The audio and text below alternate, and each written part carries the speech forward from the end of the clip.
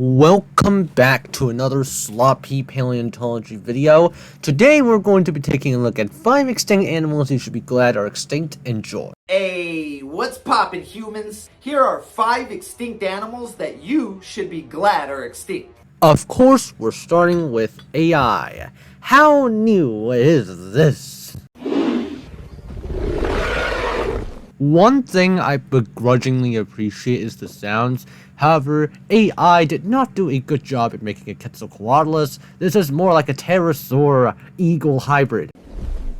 62 million years ago? 62 million years ago? 62 million years ago? I hate to burst your bubble, but 62 million years ago means that pterosaurs would have survived after the KBG extinction event, which is just dead-ass wrong. Ketzo Koalas went extinct in the very end of the Cretaceous. These middle fingers.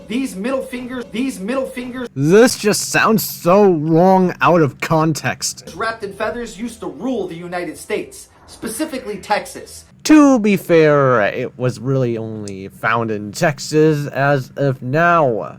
Before they went extinct. Thank God. They're the largest flying creatures that have ever existed.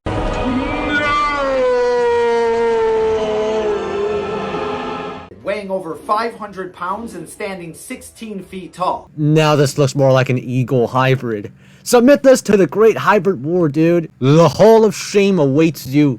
That's literally taller than a giraffe. Not to mention, they also had a 36-foot wingspan.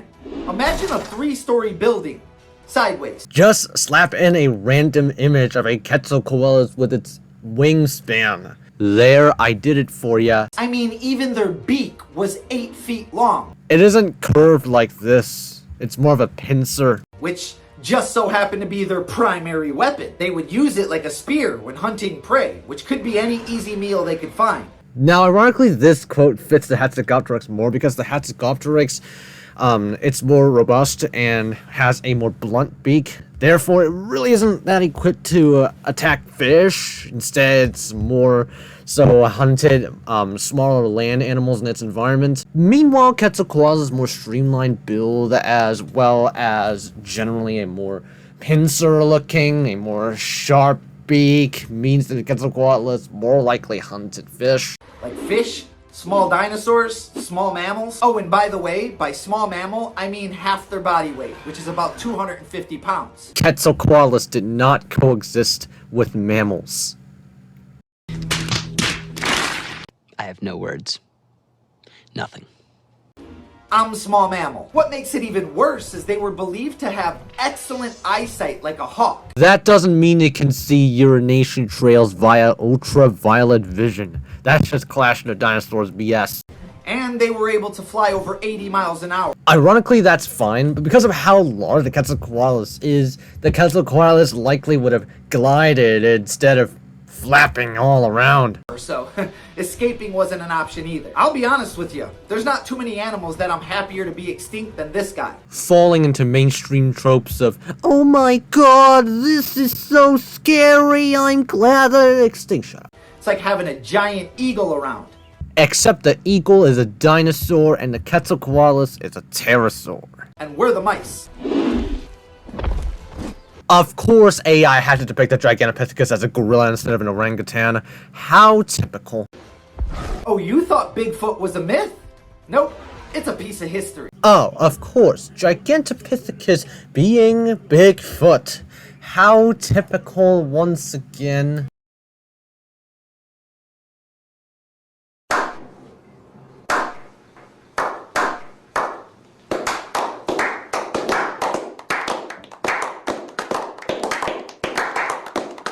These bad boys were the largest apes that have ever existed, and they're believed to be what started all the theories of Bigfoot and Yeti. I don't know about you, but this guy just staring dead right into everyone's face like that, it's kind of making me uncomfortable. I mean, they did just go extinct about 300,000 years ago, which sounds like a long time ago, but that's pretty recent in the long line of time. Now, I can't say if I can confirm that's true or not, but I'm probably inclined to leaning more on it's kind of not really the main thing. Giganopithecus is not really the main reason why Bigfoot and Yeti came to be. In other words, We barely dodged that bullet.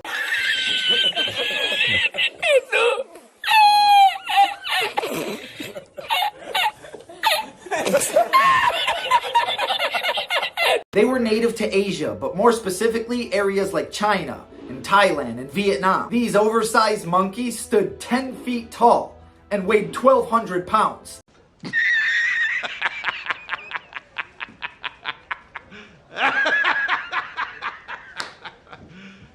You serious? Whatever the weight Giganopithecus is, 1,200 pounds is definitely not one of them. That's just way too heavy for the Giganopithecus. That's basically King Kong. Hey, bro. What?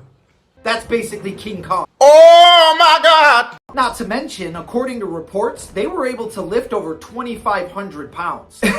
Can you imagine just driving around in a Honda Civic and this thing just lifts you up? That's a really light Honda Civic. From what I remember, cars weigh at least several tons, even smaller cars. In your car, rumor has it that they were even able to knock down trees to get food. Knock down trees. Smaller ones, sure, okay. Larger ones, nah. No thank you. What makes it even worse is, according to scientists, they also had a 2,000-pound bite force, which, if that's true, that would be the strongest bite force that a primate has ever had. Ever. But then again, I mean, there's a reason that they were believed to have no predators. It's incredibly ironic how the Gigantopithecus has been depicted as a gigantic gorilla, yet now it's more of an orangutan because of its fur color is more red than black. And the Gigantopithecus looks more like an orangutan than a gorilla. Despite living alongside tigers. Now that's not fully confirmed, but I'll tell you, that's enough to make me happy that they're not around. It's kind of difficult to AI to really mess up Titanoboa. Now this wouldn't be a real list of extinct animals that you're glad are gone if the largest danger noodle in history wasn't on it. Have you heard of Vasuki indicus before? While it might have been a bit smaller, it is potentially longer. As you can see when we use the longest estimates, it's still more slender than a Titanoboa, potentially smaller. However, using the longest estimates, the Vasuki was longer than the Titanoboa. These bad boys were native to Colombia, just like their relatives, the anaconda, and they went extinct about 60 million years ago. They were believed to reach lengths of 50 feet long and weigh 3,000 pounds. I think, as far as Titanoboa's weight can go, it might have reached like 2,500 pounds. 3,000 pounds, I guess it's more gigantism within Titanoboa. Why am I even surprised? They literally have Titan in their name. Oh, and by the way, they were also 3 feet in diameter. That's dumb. What's even dumber is they were believed to be able to climb trees. Titanoboa was likely too heavy to climb trees.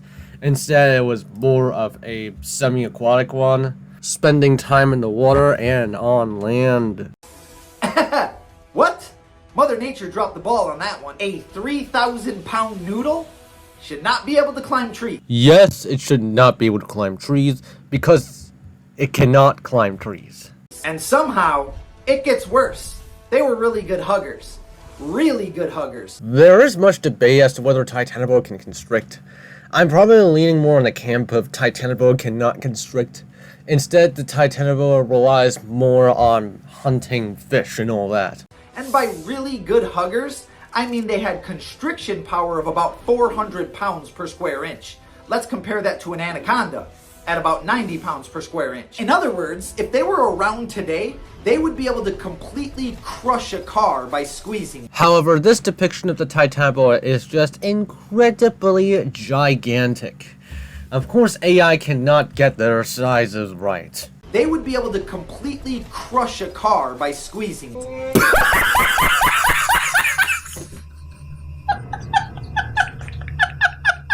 Not to mention, if they were around today, literally everything would be on their menu. According to researchers, they were able to eat animals 15 feet in length. Now the Titanoboa skull looks a bit more too close to an alligator. It's just kind of incorrect looking. Whole. They ate large mammals, large crocodiles, giant sea turtles. Oh, and did I mention they had really thick skin? And by really thick skin, I mean it's said that they were basically bulletproof.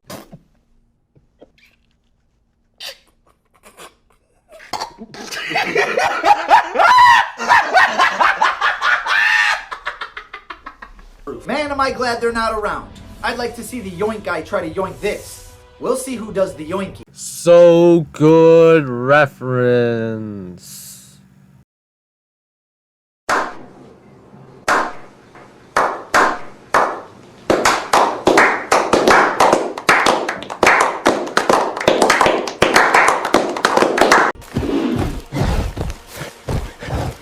Yeah, you thought the polar bear was bad? You have no idea. These bad boys went extinct about 12,000 years ago. Yes, however, I suggest that instead of using Arctodus, use Arctotherium.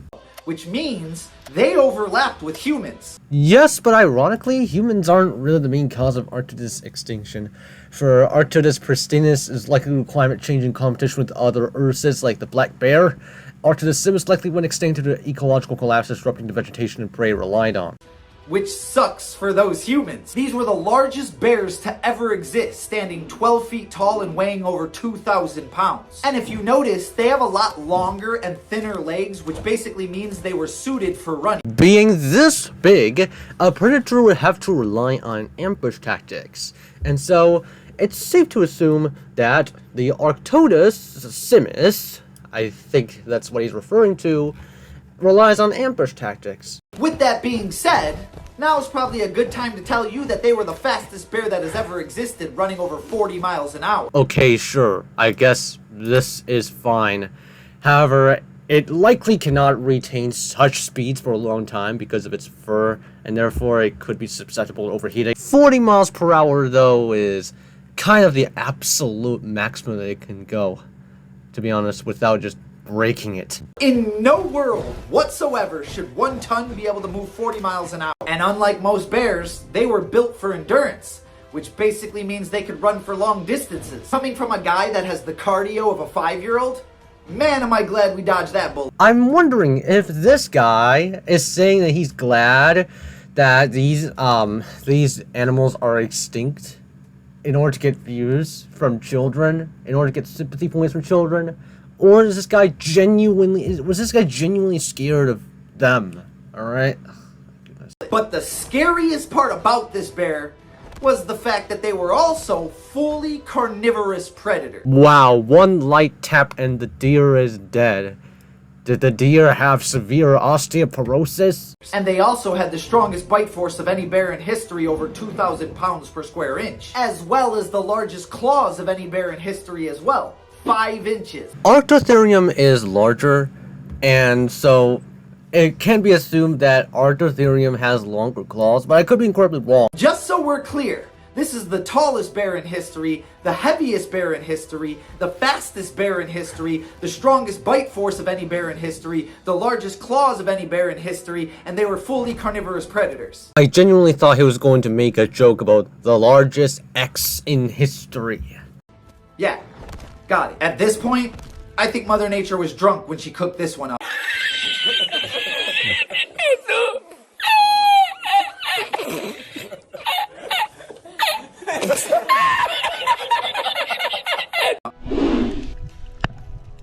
It's Livatan, not Livyantan. Don't add legs on a snake. Whenever I make a video about dangerous animals, somehow, it always makes its way back to the ocean. This prehistoric bag of anger issues What? Bro, what are you talking about, man? was a relative of the sperm whale, and they went extinct about 9 million years ago. Okay, it's possible that it went extinct around 8.9 million years ago. However, it could have possibly also survived until 5 million years ago. They were able to reach lengths of nearly 60 feet long. AI does a really terrible job at depicting the Livatan. This is a kaiju, not a Livatan. And weighed 50 tons, and they were fully carnivorous predators. In fact, and this is a really heavy line, they were believed to be the top predator that has ever existed in the ocean.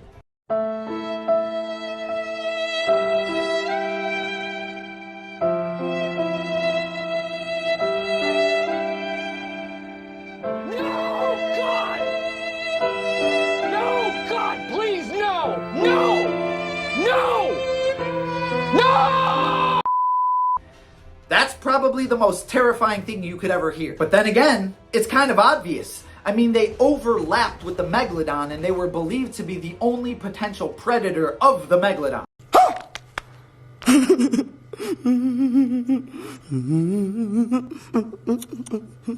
And honestly, I don't doubt it. They had 14-inch teeth, which are the largest teeth of any predator ever. Doesn't mean it has what it takes to defeat an Otodus megalodon. Land or water. On top of that, they had these really hard, robust skulls, which were believed to be used for ramming their prey right out of existence. Or stun them so they can be vulnerable to attack.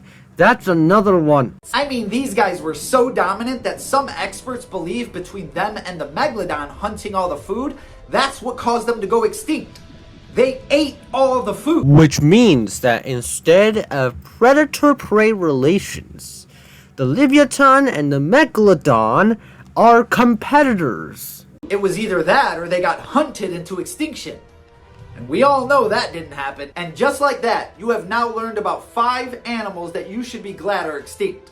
Of course, treating these animals as if they're scary monsters that love eating people for absolutely no reason.